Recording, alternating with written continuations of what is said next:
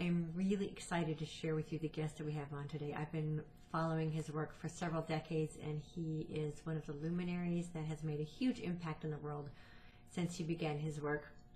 Neale Donald Walsch, in his first book, Conversations with God, took the world by storm, and he's been writing ever since. And I'm bringing him on today to talk about his newest book.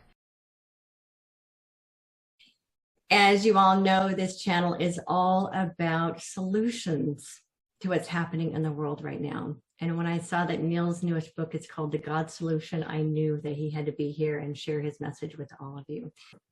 Welcome, Neale.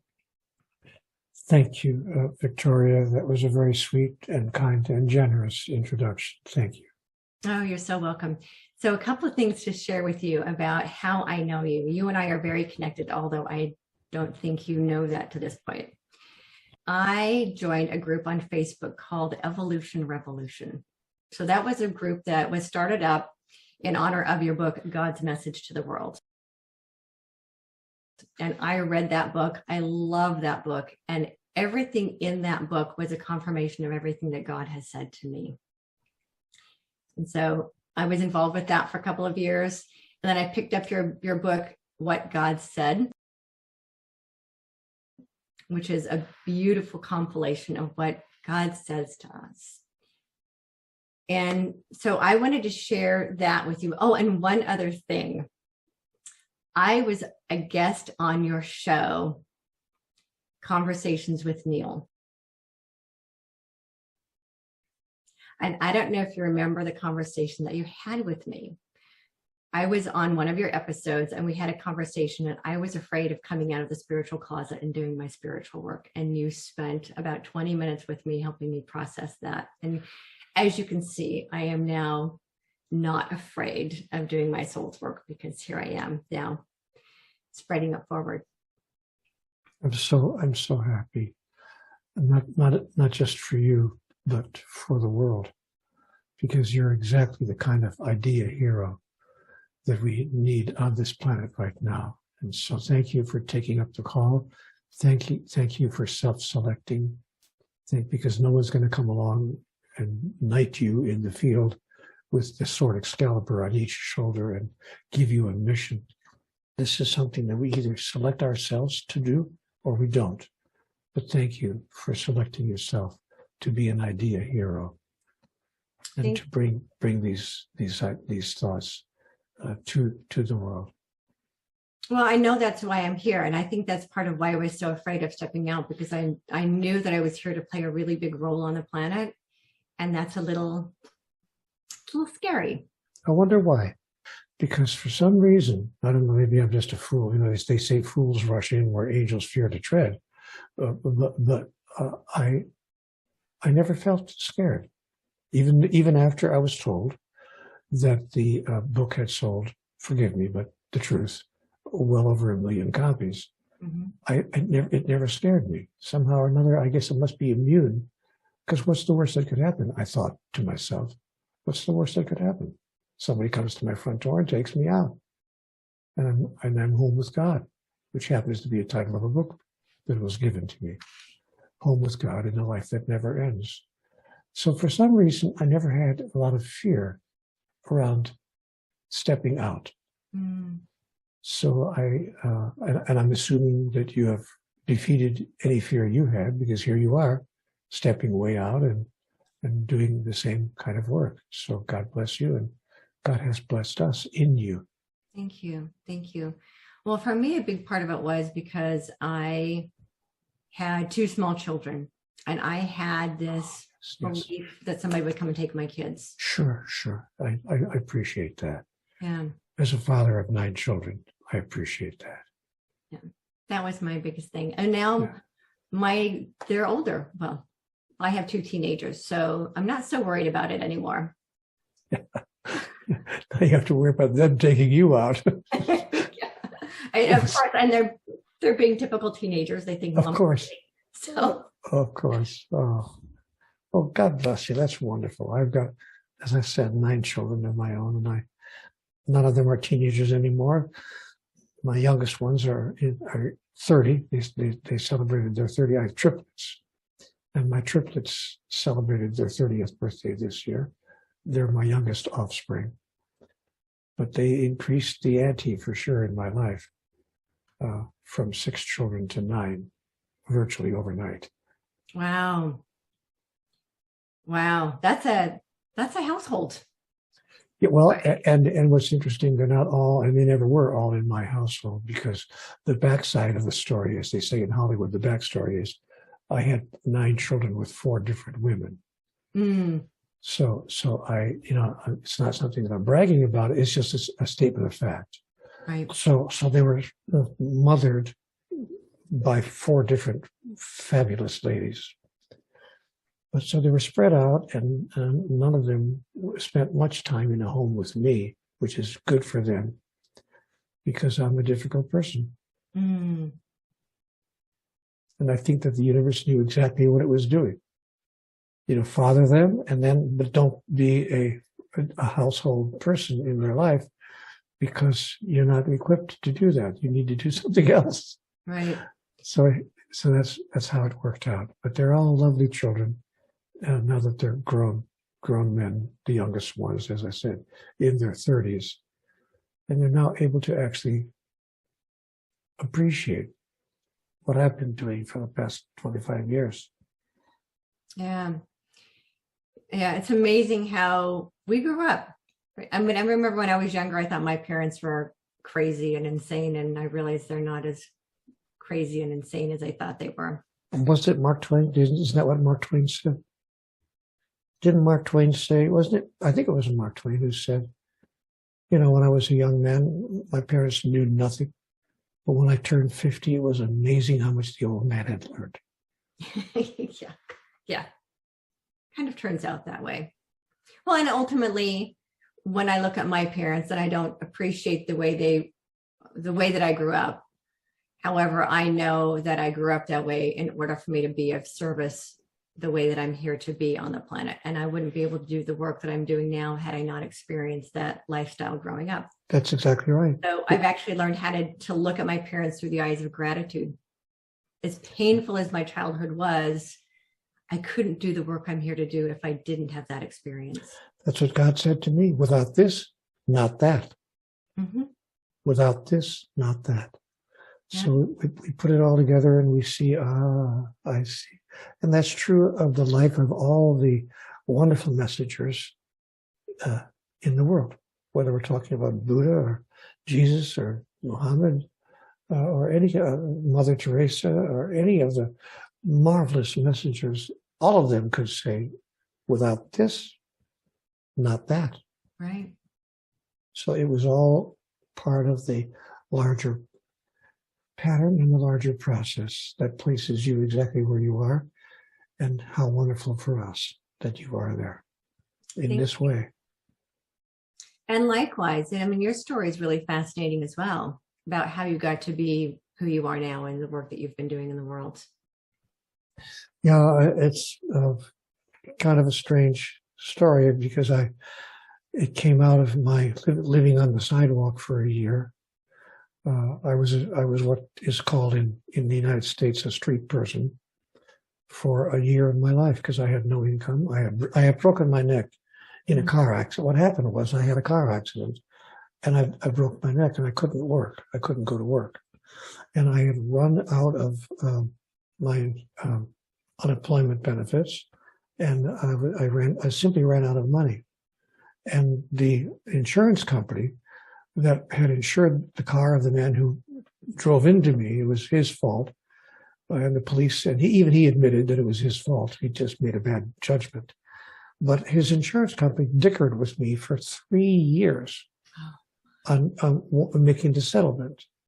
And so for 2 of those 3 years, I had no, like I couldn't work. I was wearing a Philadelphia collar, which is a therapeutic collar for a person who breaks their neck. And the doctors were telling me, Neale, try to understand. You have to wear this device, because think of a basketball on the head of a pin. Your neck can't support your head. So do not take this device off for any reason. Sleep with it, shower with it, live with it until we tell you you can take it off. So I couldn't, I was trying to get a job, and you could imagine me walking into a place applying for a job, and no one would hire me because one guy was honest with me. He said, Mr. Walsh, you're a walking insurance claim. You make one wrong move and we're paying you through unemployment insurance for the rest of your life. Says, we can't hire you. We can't hire a person who walks in wearing a device like that. So those were in the days, we're talking 25 years ago, before they had laws that would not allow people to fail to hire you because of a handicap. But in those days, those laws were not in effect.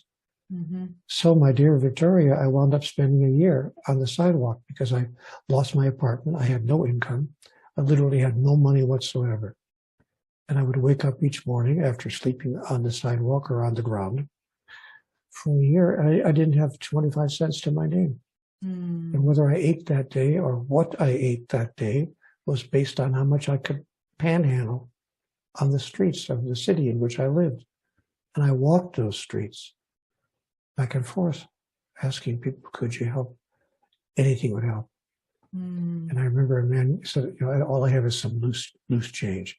I said, hey, you know what? If I got a quarter from everybody I passed on the street today, I could buy a hamburger for, at McDonald's. I could at least have something to eat.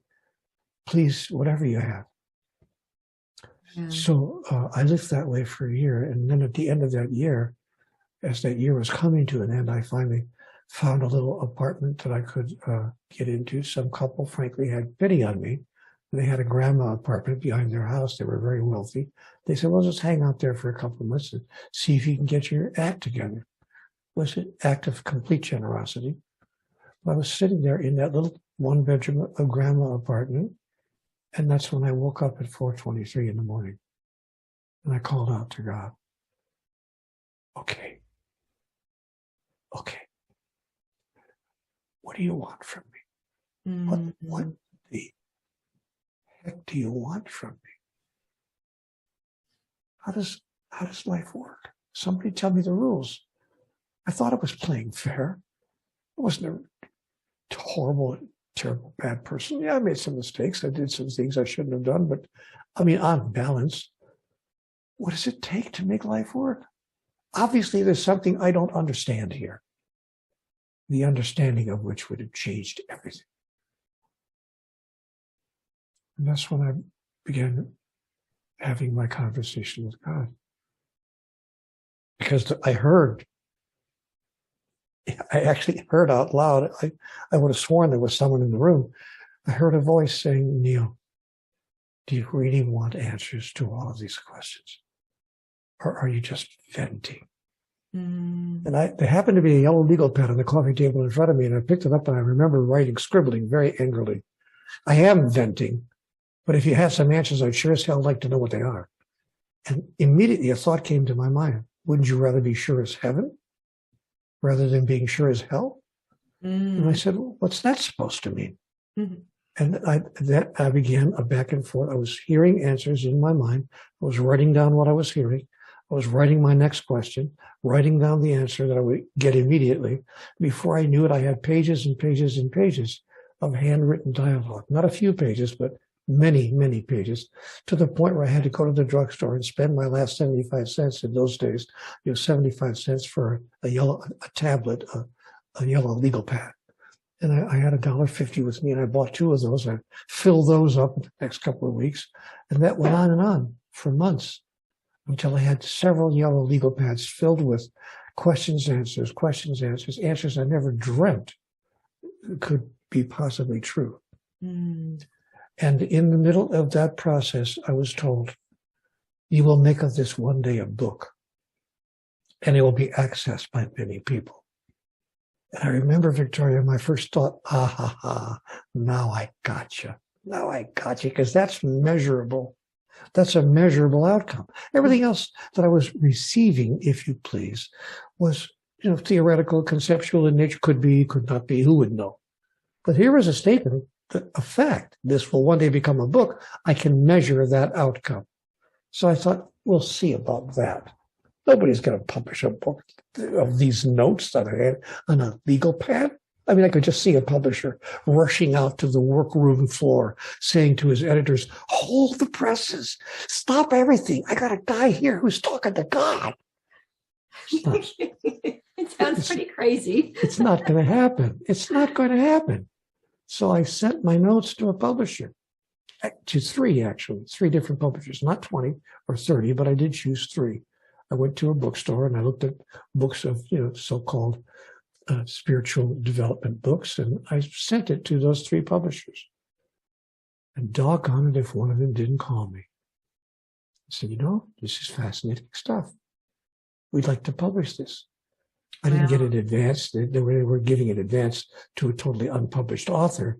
But he said, we'll be happy to give you our standard percentage, which was in those days 15% royalty. So I said, oh my gosh, you're going to publish this? And they did. And, I thought, okay, so it's going to sell 5,000 or 8,000 copies. Maybe if we really get lucky, it might sell 10,000 copies. And that's kind of nice. Mm-hmm. And it didn't sell 10,000 copies. It sold 10 million. Wow. In 37 languages. Yeah, that book changed the lives of millions of people.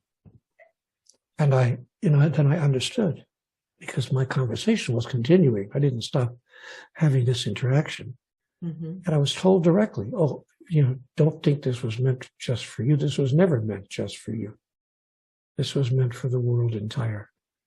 That's right. And don't even begin to think that you're the only one having these experiences. I'm talking to everyone all the time.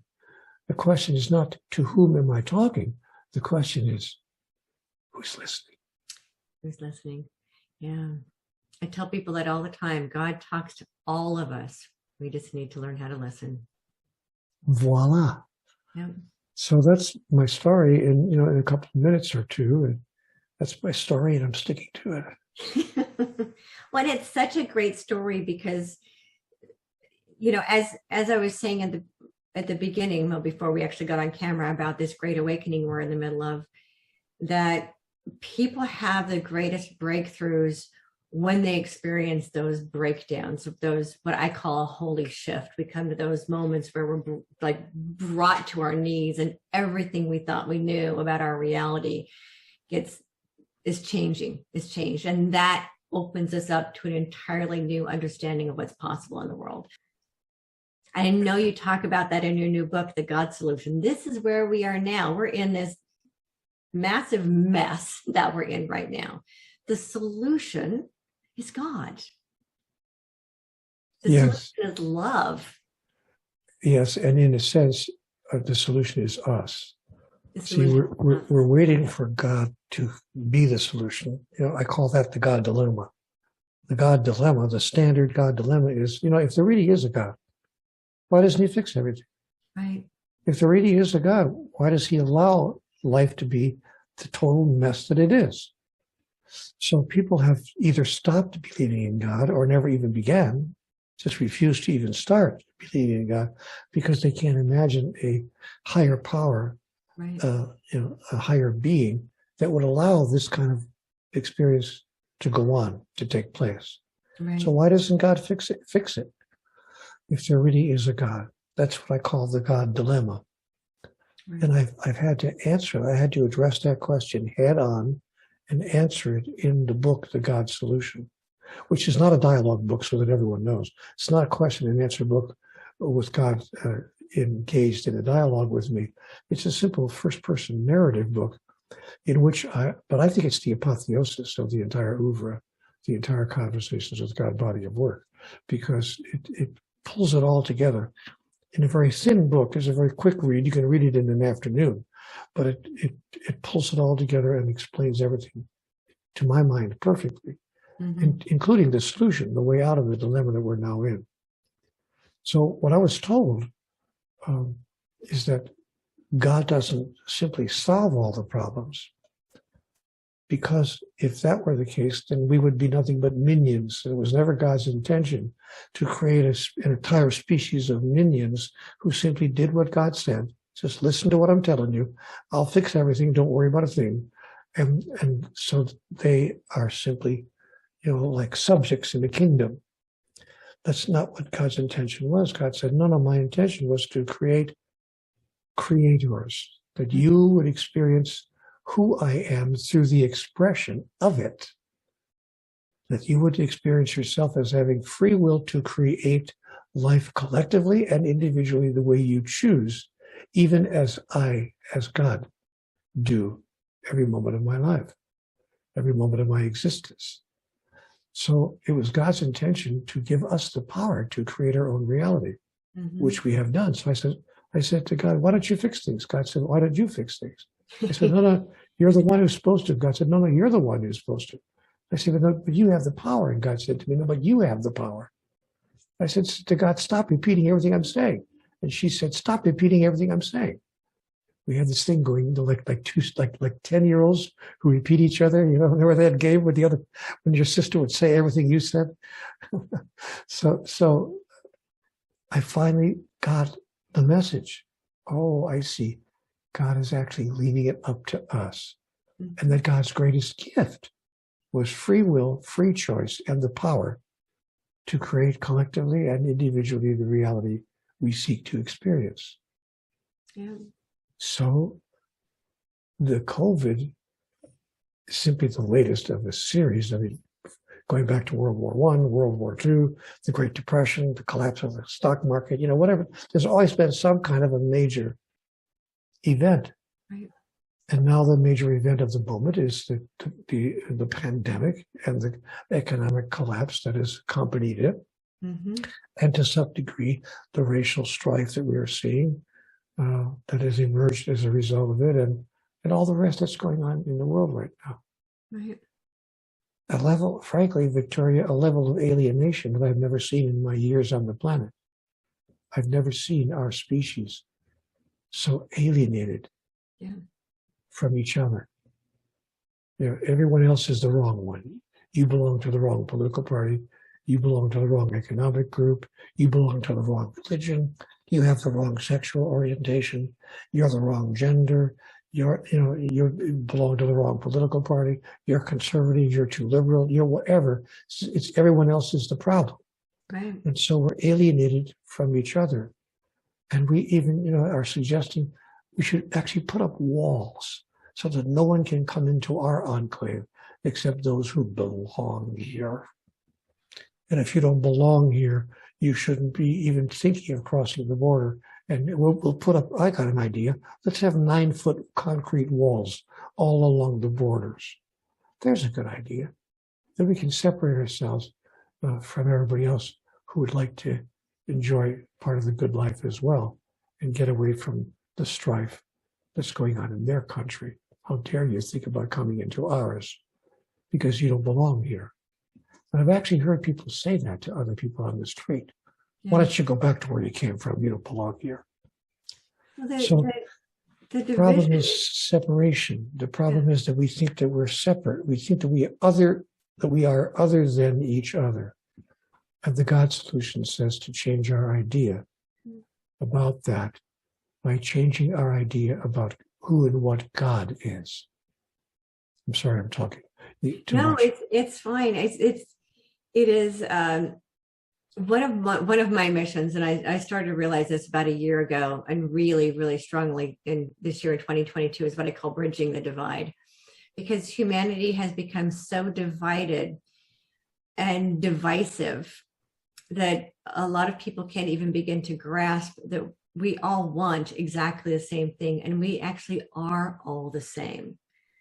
We're all God incarnate, right? So it's the division and the separation is actually not even real. It's just a narrative that we've just been spouting and not even understanding that the division isn't real. We need to get past all that and come back to the truth that we are all one.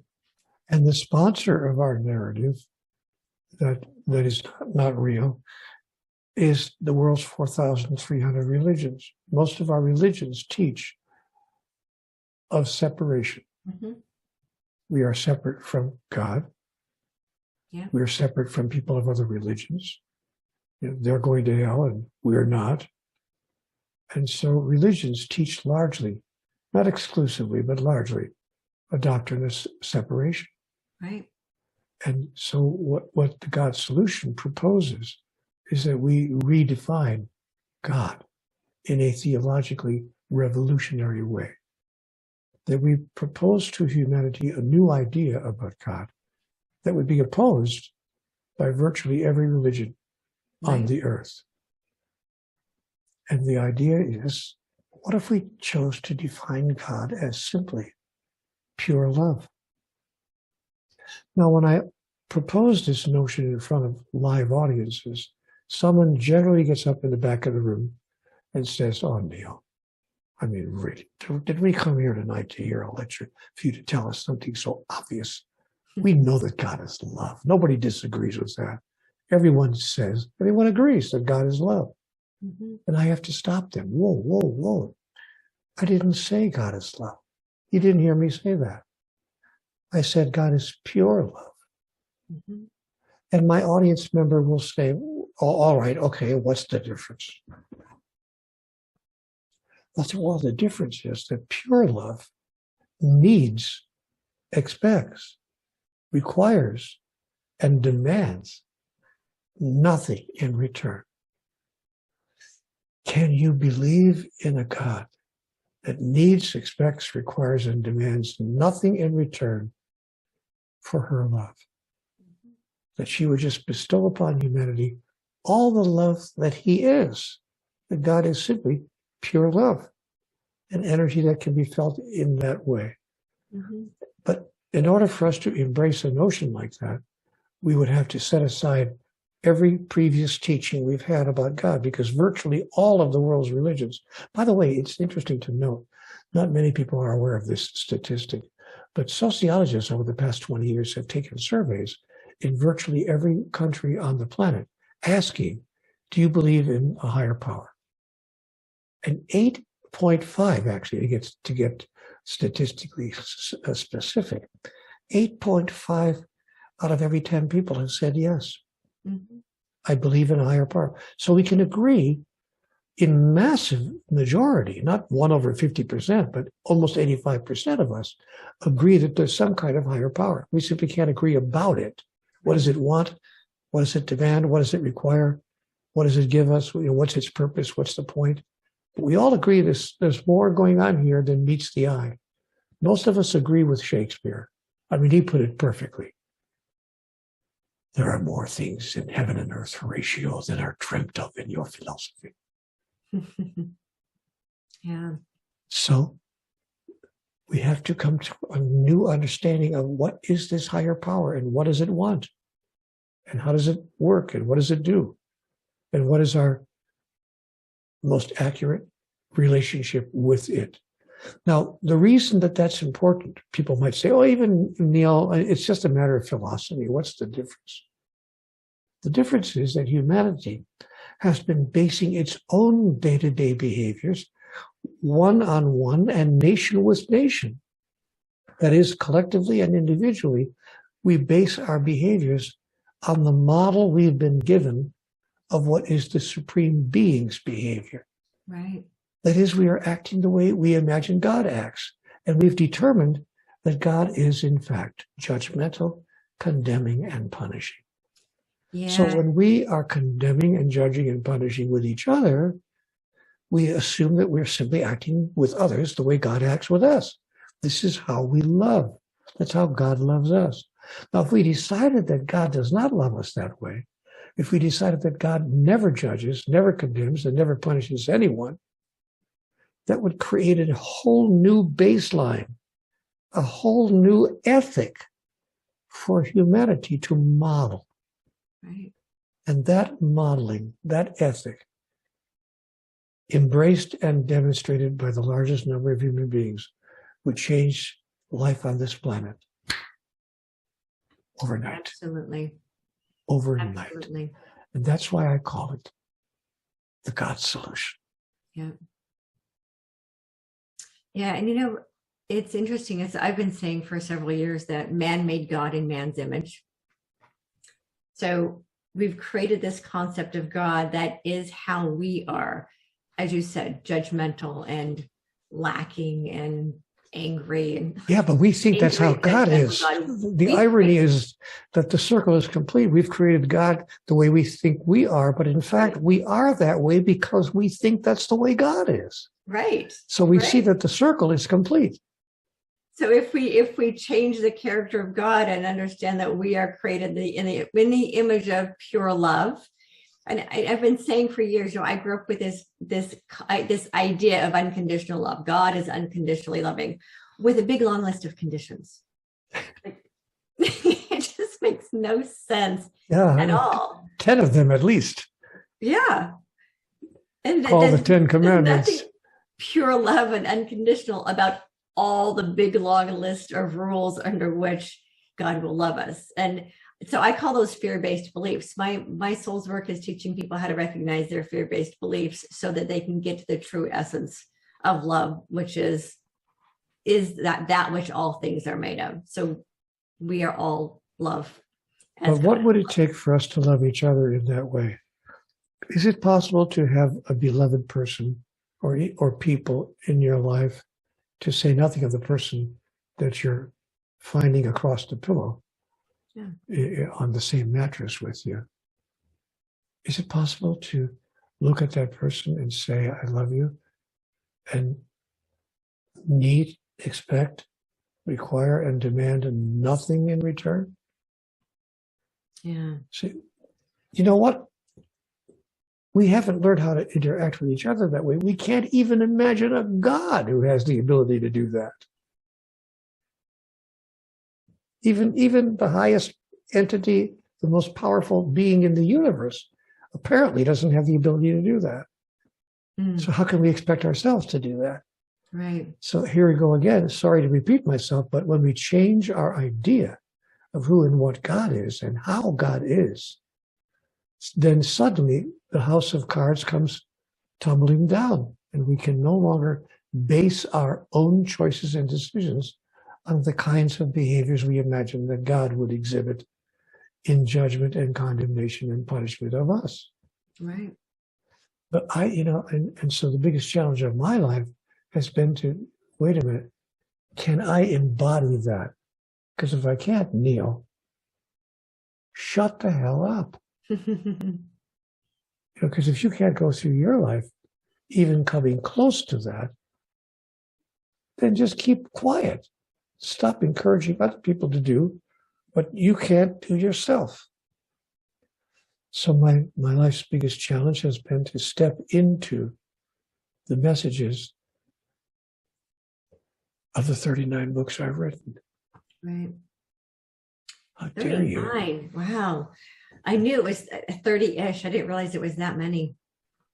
I know, and I'm not bragging. I'm just saying, because to me, it's a sadness. When I pick up one of my books almost every evening or so. I read a few pages, and I'm always saying to my beloved, boy, wouldn't it be great if I lived this? Wouldn't it be great? And she'll look at me. She's such a sweet person. She'll say, "Oh, sweetheart, you do." I said, "Yeah, but maybe now and then, maybe for a good afternoon, maybe here and there. But I want to be able to live this always." Right. And she says to me, "Name me one person that you know who does." Well, a whole lot of us are trying. Yes. Yes.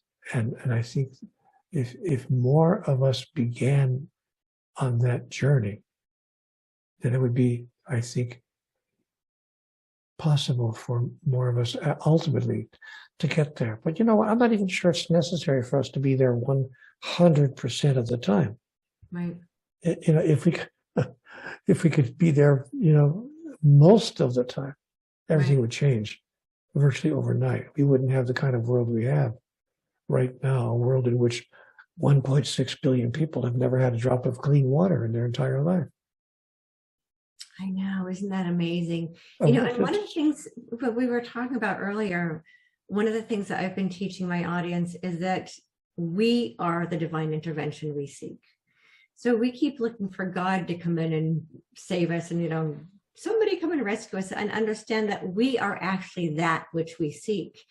And with all of the issues our planet is facing right now, people are like, oh, why doesn't the government fix this? Why don't the billionaires fix it? And it's kind of, well, understand that we collectively created it, so we are collectively going to clean it up.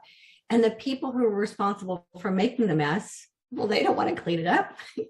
So we need to stop looking at someone else to fix it and understand that finally, Neale, people are finally starting to grasp. And those of us in the spiritual community have been saying for years that we are the ones we've been waiting for. And finally, within about the last 6 months, people are starting to actually grasp what that means. Oh, we are the ones we've been waiting for. Got it. People are finally starting to understand what that means. I think you're right. Yeah. And I'm hoping that we can find more idea heroes who will place into the space of life ideas with which a large number of people will disagree. That's what we need now, our idea heroes. Yeah. That's what the book, The God Solution, calls for and invites. It invites readers. Are you willing to be an idea hero? I've had people ask me at lectures, my online lectures in the past year or so, what's an idea hero? I mean, what does that phrase mean? Galileo was an idea hero. Mm. He said the earth revolved around the sun.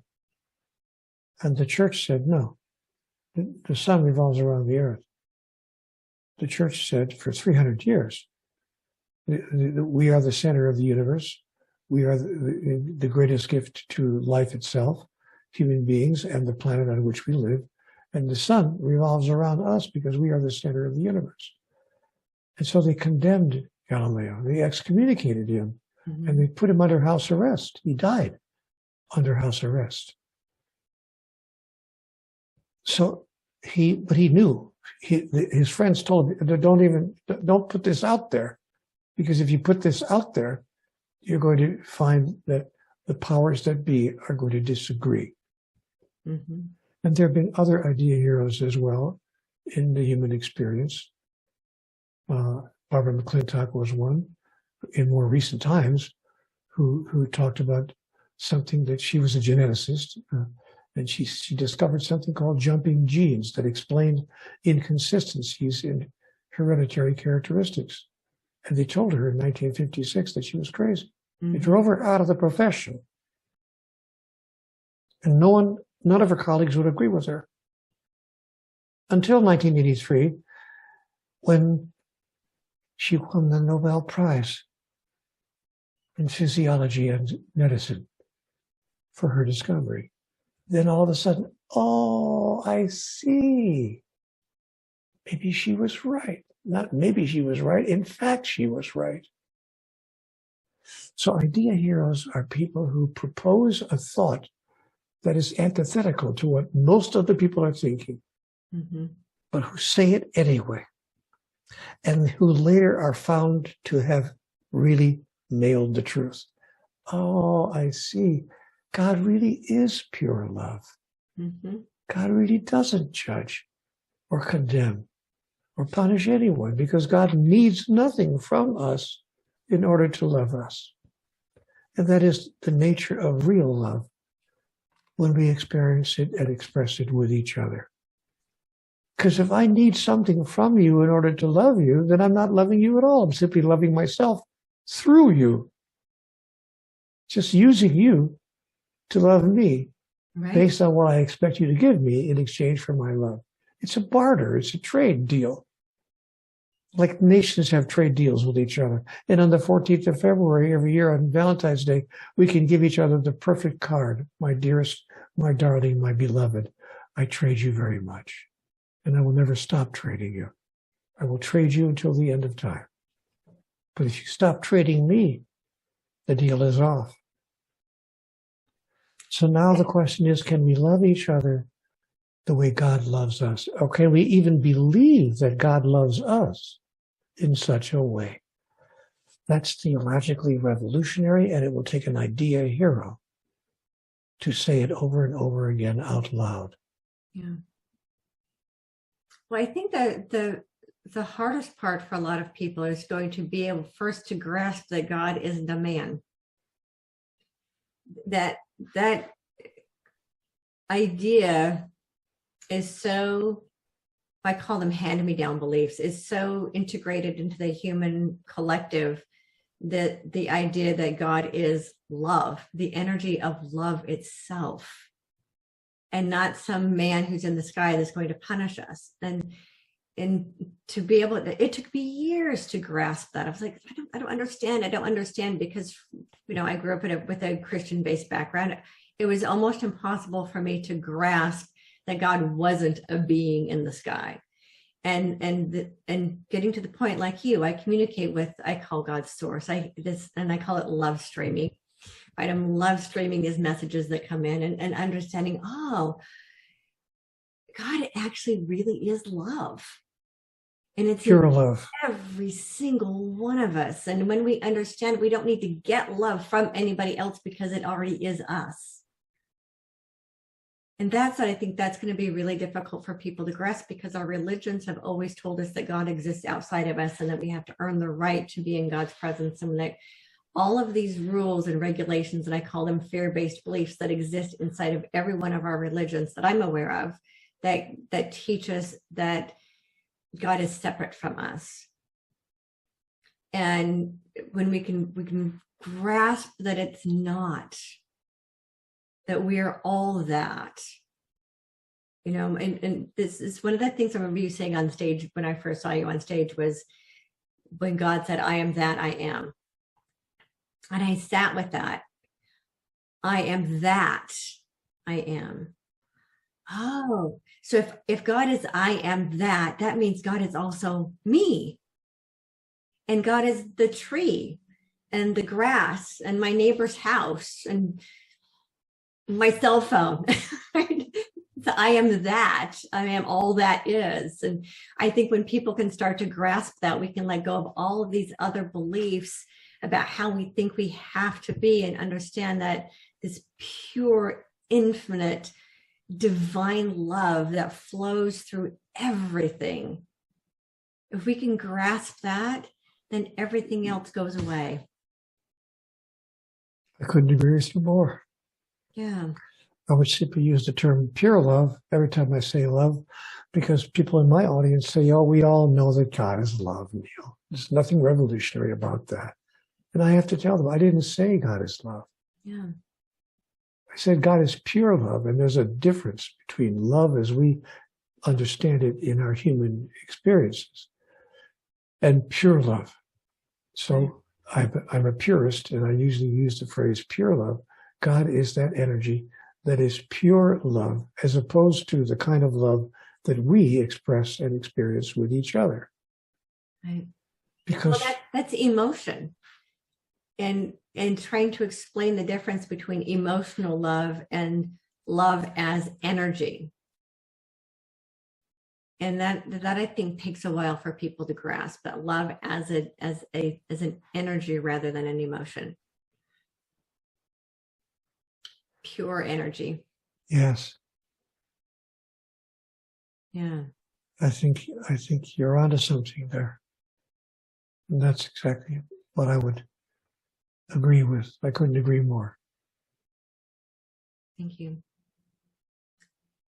Oh, wow. I can't believe, Neale, we've been on here for as long as we have. I have to tell you, I love hosting this show because I get to have such amazing conversations like these with amazing, extraordinary people who are making such a difference in the world with their messages, with their services. We're all here to make the world a better place. And when we are creating heaven on earth, and there are so many of us that know that. And it's not a few, it is hundreds of millions of people who now know that's what we want to create on the earth experience. And to be able to bring people onto this show like you, who are sharing with people how to do that and what the solutions are, instead of focusing on, they can talk about the problems all day long someplace else. This is all about the solutions. How do we then create that which we all desire? And the truth is that if we desire something to be, it already exists. We wouldn't even be able to imagine it or to desire it if it didn't already exist. Yeah. You can't think of something that's not, you're exactly right. Yeah. It's not already in existence. So we have It already exists. We just need to create it. I agree. Yeah. So I hope all of us can move forward with that process. Yeah. It seems to me that's the purpose of life itself. If you please, evolution. For us to step into the next grandest version and recreate ourselves anew in the next grandest version of the greatest vision we ever held about who we are. Now, that doesn't work for people who don't have a grand vision of who we are, but those who do have a model toward which they can work. And you know what's interesting? Virtually every great spiritual leader, ancient or contemporary, says the same thing exactly. They don't have any other message other than that. Yep. So maybe it's time for us to listen to those who have been telling us these things for these many years. Yeah. The biggest question we have to ask ourselves is, who am I? See, Victoria, what I've noticed is that most people are not clear about who they are. That is, if you ask the average person on the street, how would you define yourself? I mean, really, what are you? Are you a physical being? Like a bird in the sky or a fish in the sea? Basically a biological entity? You're born, you live, you die, it's the beginning and the end of it. Or do you think, truly in your heart, do you really think that you're a spiritual entity? A spiritual entity that has a body and a mind, but that this is not who you are, this is just something you have. Mm-hmm. If you think you're a spiritual entity, then you needs must ask the next logical question. Why would I be here? Why would a spiritual entity leave the realm of the spiritual and come into the realm of the physical? For what purpose? For what reason? Why would I leave heaven and come down to earth? Yeah. To use simple terms. And you know, what's the point of this experience? And most people have not really asked themselves those questions in a serious way. Yeah. That is, the largest number of human beings have gone through their entire lives without really exploring those questions in a really deep, ongoing, meaningful way. Absolutely. Much less have they given themselves answers.